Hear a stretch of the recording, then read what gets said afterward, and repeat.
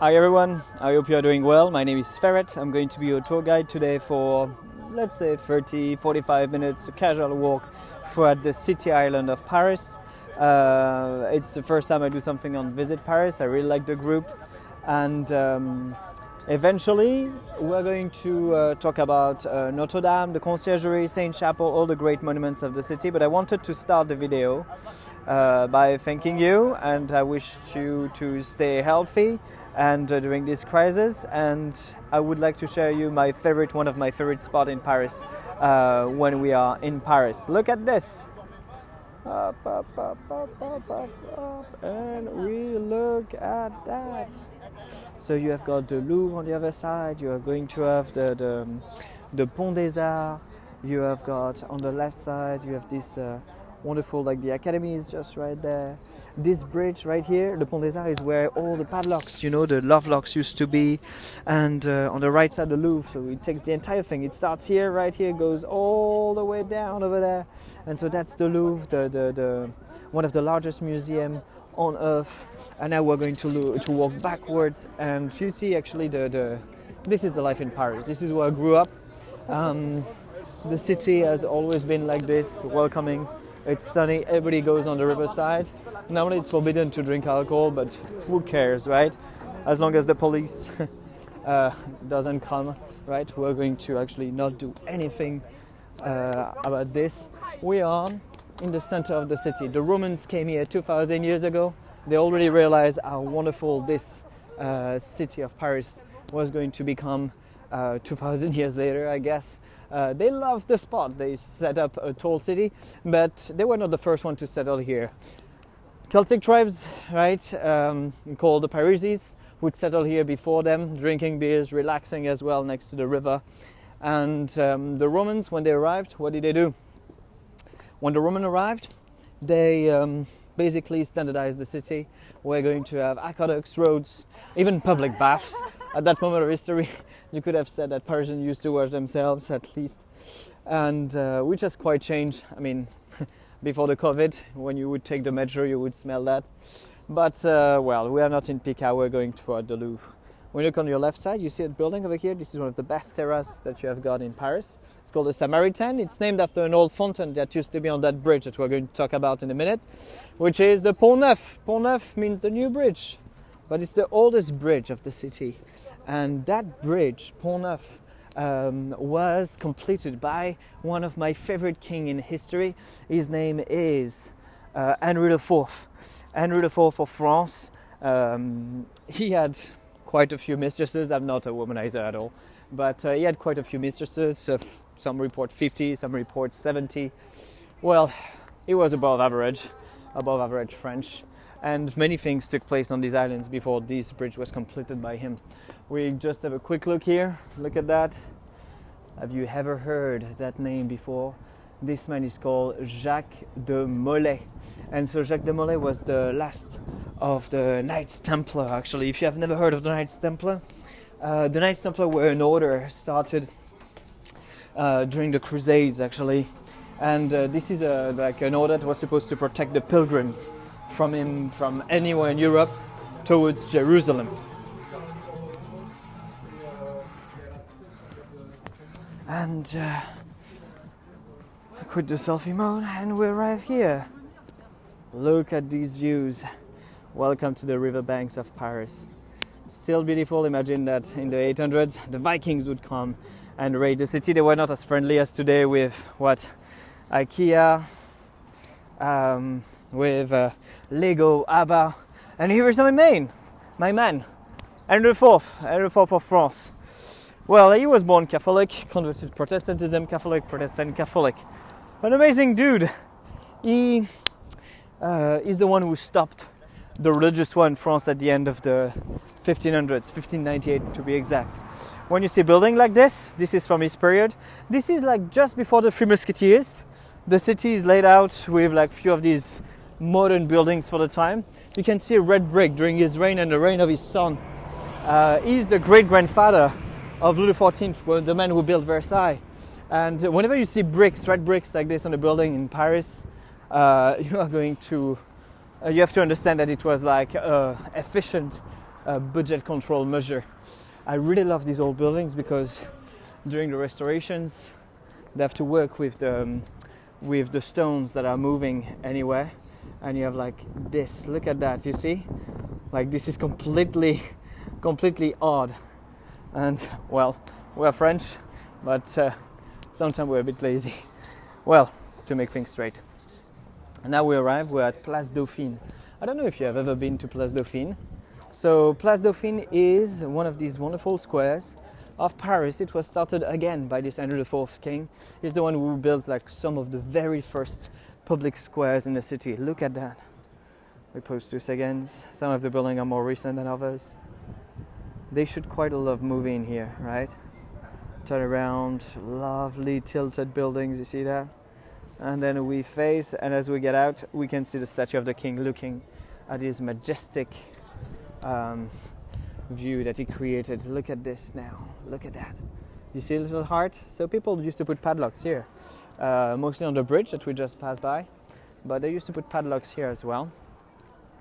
A bit less, but this is one of the best places to be in Paris right now, just like the riverbanks. It's kind of a park, but it's not a park, so people can still hang out here. You can still take away any kinds of drinks you want. If you've seen Midnight in Paris, they shot some scenes over here. People are playing bocce balls. You have these kids playing the ball as well, right? Football, soccer.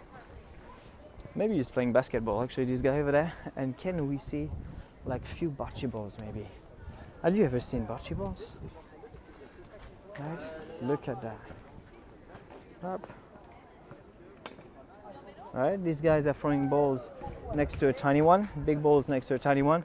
The goal is to have as many one of these big balls of your team closest to the smaller one, which is called le cochonnet, like the piglet. And at the end of the game, you count the balls that are closest to the piglet, and you have rounds. The goal is to have 11 points. Eventually, there is a joke about these. Just before the 100 Years' War, you know, the English are coming to France and they see people playing right in the 1200s. They are like, oh my God, what are all these peasants doing? And they were all playing like these little like pétanque, these bocce balls. And the kings of England were like, oh my God, we should forbid that game in England. This was like, you have too many English players. And we should like push people to do archery. But well, now that we're walking, we're at the back of Place Dauphine. Look at this. Isn't that pretty, right? What is that? That's the back of the Palace of Justice. As I told you, the city island is where the Roman more or less started the city. Paris is just before them, kind of at a fishing village, but the Romans are going to like make that city efficient, Roman, modern at this time of antiquity. Well, they also settled right here the palace of their governor. When the Frankish people arrived, you know, you have to figure like it's around like the fall of the Roman Empire, 476, and Attila the Hun is passing by, destroying many of these Roman provinces, and he tries to reach Rome. He's going to be defeated in the end, doesn't reach the city, but yet it shook the empire quite well. You can see thousands of reasons about the fall of the Roman Empire. Yet didn't pass by Paris, but Paris was like almost destroyed by him, and but he still shook the Roman Empire. A few decades later, 476, the Roman Empire collapses. In the vacuum, no Romans, no Huns. In the vacuum, the Frankish people are coming, and you have this man called Clovis. Maybe you've heard of these French names of kings, right? This king called Louis, right? Louisiana, St. Louis. So all these kings, they are more or less taking their name from this first king of all the French called Clovis. It means good at war, Chlodwig. And it's like, he settles the Merovingian kings, and then you have like the first French line of king from him. He loved so much the building of the governor of the Romans. You know, when he arrives, it's like, oh my God, there is a warm tub, right? Like there is a tub in this building, there is like a bath, there is like heated walls for the winter. Everything was so great.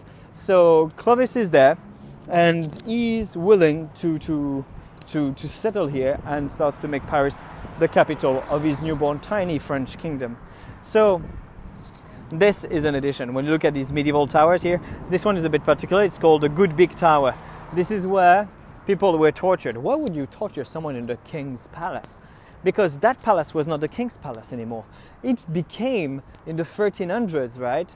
Towards you have Notre Dame, when they finished Notre Dame, the kings moved from this island because it was still kind of damp and wet towards we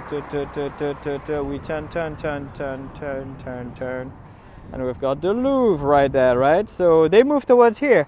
It was outside the city center. They had like a fortress which they are going to transform into a Gothic palace. Well, all of these towers have a cute name: Silver Tower, Caesar Tower. At the very end, what have you got? You have got the clock tower, the square tower, la tour carrée, and there is a clock on the other side of that tower, which has been offered by one of the kings when they moved from here to Louvre. When you're on this island, you can face the northern side of Paris, right, the right bank, and you can see a little column for victories that has been erected in the Second Empire. You can see theaters, modern theaters, right, two theaters, Saint Bernard and Châtelet. You can see a tower here, which is the remaining of an entire church, which was destroyed during the French Revolution, and they destroyed the rest of the church basically, and they just kept that one. You remember good Henry IV, right? What about Henry IV? What I really like about him is that he was like standing for his conviction, and there is like kind of weird stories about him as well, right? On the bridge that we passed, the Pont Neuf, that you can see really well right now, on that bridge, he really loved to walk by and watch the dentist. It was not really a dentist, much more than a tooth picker, and they were like making people not pay to, as we were talking with some of you, they were not making people pay to remove the teeth. They were making people pay to watch him removing it. So it was kind of fun. Henry IV has had several attempts, like more than 15 attempts of murder, and he survived quite a few times, but the last one was the last blow to his life, and he killed several of his kind of murderers to him, but the last one was called François Ravaillac, and that man, a crazy monk, stabbed him several times, killed him, and he was tortured for 3 months inside that tower that we just passed by. This is from a precedent king, Henry III, and he restored that clock. Remember I told you that clock was offered in the 1350s, but it was restored by Henry III of France, and maybe you can see at the top right here, right? You can see this coat of arms of France and Poland right here. You see that? Because that king of France was also the king of Poland, right? Why stop when you can be the king of two countries at the same time, just like what the English tried to do with France for a little while. And this is why we have such special relationships with Poland as well. We have quite a few Polish famous artists that landed in Paris in the 19th century, such as Chopin, for example. I won't go too much into the detail afterwards. But look at this. You see this? Who is she? Who is that lady? Is she the one who murdered Marat, the guy who died in his bathtub? No. She is, drum roll, she is Marie Antoinette. And Marie Antoinette spent the last month, weeks, days, hours of her life inside this place. This is called a conciergerie. If you have ever heard of a concierge. So this comes from this place. Actually, the name of concierge comes from this place. They were the candle keepers, but when the kings were living here, and then they became the keys keeper of the jail that was there. So the concierge, really important people, because as soon as the king moved from here, it was transformed into a justice palace and into a jail. So I'm going to rush a little bit before I get crashed on that Instagram live. At least there would be a bit more action, right? And blood. Look at this. Sun shining. Maybe not the best angle, but you can see the shadow of that wonderful church. It's a chapel. It's called the Saint Chapel. Maybe some of you know about the Saint Chapel. What about the Saint Chapel? The Saint Chapel was built in the 1240s, midway through Notre Dame construction. And look at that. Isn't that a view? And that chapel was built to be the reliquary of the relics of the Passion. You can also see the theatrical entrance of our Justice Palace, but what's really important here is that chapel.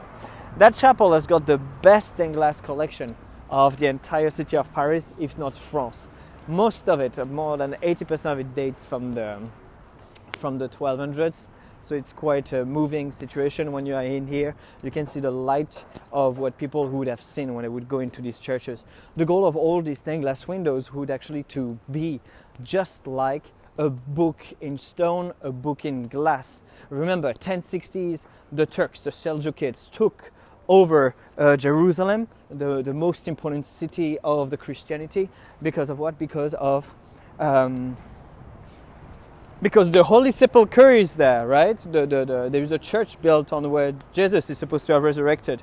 So, really important city taken by the Turks. The pilgrimages are stopped, and from then on, we're going to have crusades until as late as the 1350s. You have got several crusades, one after another, and the goal from the 1100s would be trying to get some of the relics that were from saints, also from the Passion. These relics of the Passions were found and kept by the Byzantine emperors in what's today is called Istanbul. And one of the kings, called Baldwin II, had to sell them and in Venice. And our king of France, Saint Louis, bought it and put it inside a chapel. So it became to him, it was the equivalent of having a nuclear weapon. The goal was to actually show to the rest of the people that God was you were in good favors of God, because you had these relics that Jesus touched before he died. And also you try to build all these stained glass windows, coming back to stained glass windows, because if Jerusalem is not accessible, you want to have access to Jerusalem of the sky. And in the iconography, you're going to have everywhere this Jerusalem of the sky being built up. Let's switch back to the view. Where are we now? We are in one of the loveliest flower market of the city. And so it's called a Marché aux Fleurs, as simple as that. And we're on the city island. You can see these lady taking care of her plants. You can see, on Sundays, they sell birds as well here. You can see a lot of grannies, British style granny with their little bag like this, oh, are we going to see the Queen today? No, sorry if there are British people looking at us, right? I have a lot of respect. But well, it's really nice, right? On Sundays, there is one bird that's forbidden to sell. There is some birds that are forbidden to sell. And you can literally come here and see people saying you want that yellow bird? You want it? I've got some on the back. And so you can buy these rare exotic birds. I really not encourage you to do so, right? Birdies. And thanks to this, actually, thanks to people buying these exotic birds, you can see them in some parks or cemeteries of the city, which are great for them. What is that thing? So here, has fallen, ici est tombé, pour la libération, for the liberation, Montauron Jean. He was a gardien de la paix, so a peacekeeper, a police officer. And 24th August 1944, that man is one of these police officers that helped during the liberation of Paris. So a lot of resistance did that. It was resistance mostly. And then you have the La Deuxième DB with General Leclerc, so with the tanks of Patton. We are going to enter to Paris during the Second World War. Maybe you have seen the movies Paris Burning. You have got, when you arrive here, an amazing street. I don't know if you can see it properly. This is actually that street, this one, right, that goes all the way to the top of the hill, is as old as 2,000 years. This is one of the streets built by the Romans. When the Romans arrived somewhere, you remember, they build a street that goes north-south, more or less, and east-west, and they cross, and in the middle you put the Forum, which is the center for political, commercial and religious purposes. So this is still what we call the Cardo Maximus, so the Cardo. You still have streets like this in Rome called the Cardo. You can have a look in Rome, it's amazing. So that street is the one with which some of the liberation troops arrived, actually what they used during the Second World War. And right now we're looking at the headquarters of the police. That headquarters was built in the 1860s. Wait, 2 seconds. Ça vous gêne si je filme les éclats? So what we're looking at right now is the gun shells. They have restored the entire facade, but these ones, and you have got some of the impacts of the Second World War on these walls that they kept to show actually what happened right here. I'm trying to not shoot the face of the police officers, And what happened is that you should all watch a movie called Is Paris Burning? That movie was shot in the 1960s, but still in black and white. And it was shot in black and white, even though we had access to color. But because they shot it in these black and white, they could add the archives of the American, of the British, of the German army, and mostly American and British at that moment, and French a little bit. So that movie is about 3 hours long. Is Paris Burning? You should watch it, especially that there is a scene that takes place right here, where you can see like that point of view, and you can see like police officers, resistance fighting together, and like shootings happening there. And this impact that I just showed you will take place right there. What else have we got? We're going to move forward Notre Dame. I don't want to show you Notre Dame right away because I think it's like I want to have the best point of view from the beginning. And you know, even though it burned last year, only the rooftop burned, by the way, it's a church stone. The rooftop, that's supposed to be really steep in order to drive the water down really fast. So only that burned. Of course, it damaged some of the ceilings in stone of the arches that were built in stone at that moment of history from the beginning. But, well, it's going to stand, no worries. We have had like First World War, Second World War, bombings over these churches, this cathedral. We know how to restore these. So I'm not too afraid. And to be honest with you, it's maybe the best moment for it to burn because we still have like some really old, talented, what we call companions that were like these craftsmen able to cut stone, carpenters, roof thatchers, stone cutters, right? All of these people, all of these talents. And oh, we start to see it. Look at that. Wow. Isn't that a view? Right? That is a view. And that view is quite amazing. This is Notre Dame de Paris. We're almost done. I just wanted to have a quick walk with you. And you can see over here, right? 3 arches at the bottom, right? Portal of Virgin Mary, Portal of the Last Judgment, Portal of Virgin Anne. A row of kings over there. 28 kings of the Old Testament. Joachim, Jehu, Joram, Eliphaz, Amri, Jamri, right? All of them, right? Then you have a rose window in the center. I really like that rose window. This is a symbol of God, and so the circle is a symbol of God. Basically, in the numerology, right, you would take one as God. He is one, and that's a symbol of God. So the figure with one side, right? This is a circle, only one side, and there is no edges. So this is showing both the infinity of space and time. If I zoom in afterwards, right? Will I be able to zoom in? Yes. You can see if I turn slightly my camera, it's going to, you can see this wheel spinning a little bit. What's the matter with this, right? Why do I try to spin that thing? Eventually, the goal was to show the infinity of time and space. God is everywhere and at the same time. You have these 2 towers. Well, eventually people say about 200 years, but really after 14, 17 years, the choir was finished and they could pray in it. And after 60, 80 years, it was done almost. They just edited it for another 100 years, so 182 years to make it. Can you imagine this? 6 generations to make Notre Dame. And everything was almost gone, right? Second World War, it wasn't bombed, but First Revolution, what do we have? We have people wanting to behead the kings. So what did they do? They beheaded all the kings from the row of kings that you see. And what did they do with that? They buried these statues. Everything was defaced. The color was gone. The angels at the bottom inside the arches were gone. So that was like terrifying. What happens next? Well, there's a man coming from the sky. It's a bird. It's a plane. No, it's Victor Hugo. In the 1830s, beginning of the 1830s, he wrote his book, The Hunchback of Notre Dame, and that triggered the first massive restoration for the last 800 years of Notre Dame. And thanks to this, actually, we have more gargoyles than we used to have, and it's still standing majestically. If you're just coming here now, no worries, I'm going to post the video on the group afterwards. We just arrived at Notre Dame. I hope that you enjoy the view right now.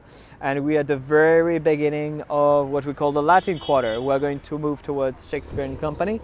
I can stay a bit more on Notre Dame, I guess, right? We have this church that's still standing against the wind, against the storms, against everything that tried to take it down, and it's going to like rise again. There is one thing that was hidden in Notre Dame, not hidden, but you could see it only once per month, 4 times during the month of 4 Fridays of the Lent. Good Friday, there were relics inside. There was the holy relics, the relics of the Passion that were originally in the Saint Chapel a bit earlier. You will be able to see that in the videos that we had a bit before. We had the crown of thorns, we had the nails, we had of the crucifixion, we had all sorts of crazy things. And as we are moving on right now, we go to the little streets of the Latin Quarter. So I was supposed to end at Notre Dame, but people are starting to arrive now. Wow! I spent the first 30 minutes of the tour alone, but now we're going to be together. Paris used to be almost entirely like this. You see these tiny little streets? Look at the bottom. You see it's triangular. All the sewers were like this in that city. This would already stand for one of the largest streets in the city of Paris. And soon I'm going to take you to one of the smallest one that we still have in Paris, the smallest streets of Paris today. After that, we go to Shakespeare & Company, and I will say goodbye. But first, look at that! Boom, the tiniest street of Paris. I can touch both walls with my hands, but because I'm holding the phone, right? I'm not going to do that today. And imagine this, right? Have you ever wondered why Paris has got so many perfume brands? I mean, when you don't have a sewer, eventually you throw everything from your windows. The pot, you say, knock, knock, knock. Take care, I'm throwing my pot out of the window now. Paris becomes a bit less romantic, but now it's a wonderful city. Let's go to Shakespeare & Company. And at the last side of Notre Dame, what I really would like to show you is the side of Notre Dame, the state of the reconstruction that we have got right now. When you go on the side of Notre Dame, thank you, Fia. When we go at the side of Notre Dame, you can see how much work they have done for the last years. Basically, the church was threatened to collapse because so much water was poured in such a few times. You know, the gargoyles are supposed to drive the water away You know, basically from the rooftop to the bottom without touching the walls. It's like, you know the word gargling, right? It comes from there, gargles, because the water goes through pipes inside there. And so much water was poured to stop the fire that the mortar, the stones themselves, with the heat, were going to be like they can like cripple like this. You see, they became sandstone again. So we have to restore it, but to restore it, we had to build a massive foundation of wood underneath the church to support it. I'm going to show you now one of my favorite library of Paris, lovely fountains as well. This is called what we call the Wallace Fountain. Shakespeare & Company is the most famous English bookshop in town. Have you ever heard of Shakespeare & Company? Some of you? Well, Shakespeare & Company was started in 1919, just before just after the First World War. This is where the Lost Generation actually started as a name, and you have this amazing woman called Sylvia Beach who is going to start a place to publish books that would be forbidden in England and in the US, right? Anyway, it doesn't matter here because French people were even worse in terms of language. We don't speak English, so it doesn't matter. She can publish anything she wants. And it's like at the very end over here, you have my favorite cream puff shop. Maybe we can see it. Come on, zoom in, right? It's called Odette for those who like it. And if we move, we're going to end on these views, right? Look at that. So this is the size of Notre Dame, right? I'm just up and zoom in, right? You see this? Do you see the wooden structure, right? That just underneath the flying buttresses over there. Thanks to this, Notre Dame can still stand today. And they are going to work on the rooftop. You see, they already built the platform. This is only from 2-3 weeks ago. During COVID period, actually, they started to take back the work like about 2 weeks ago. 2 weeks ago, and now it's going back to work. And this is a massive progression because it was stopped for 2-3 months, for 1 month in March, and they were supposed to tell us how long it was going to take to restore Notre Dame. So I'm sorry for the quality of the video, but well, we're just starting here. I hope I will be able to share with you I will be able to share with you more of the videos like this, right? It's just not to lose the hand, and like I'm not too familiar with these phones and stuff. But thank you very much for all who watched, and of course I'm going to publish it. So enjoy. If you need any recommendations in Paris, just like please send it. I'm going to try to post pictures maybe of like all these little hidden churches. If you like the Opera of Paris, for example, like 2 blocks away there is like the face of the architect who is like on the stained glass window, which is kind of cool, and maybe some food and stuff that are related. So thank you to Visit Paris to the group, and thank you to everybody who watched and who are going to watch. Have a great day and goodbye.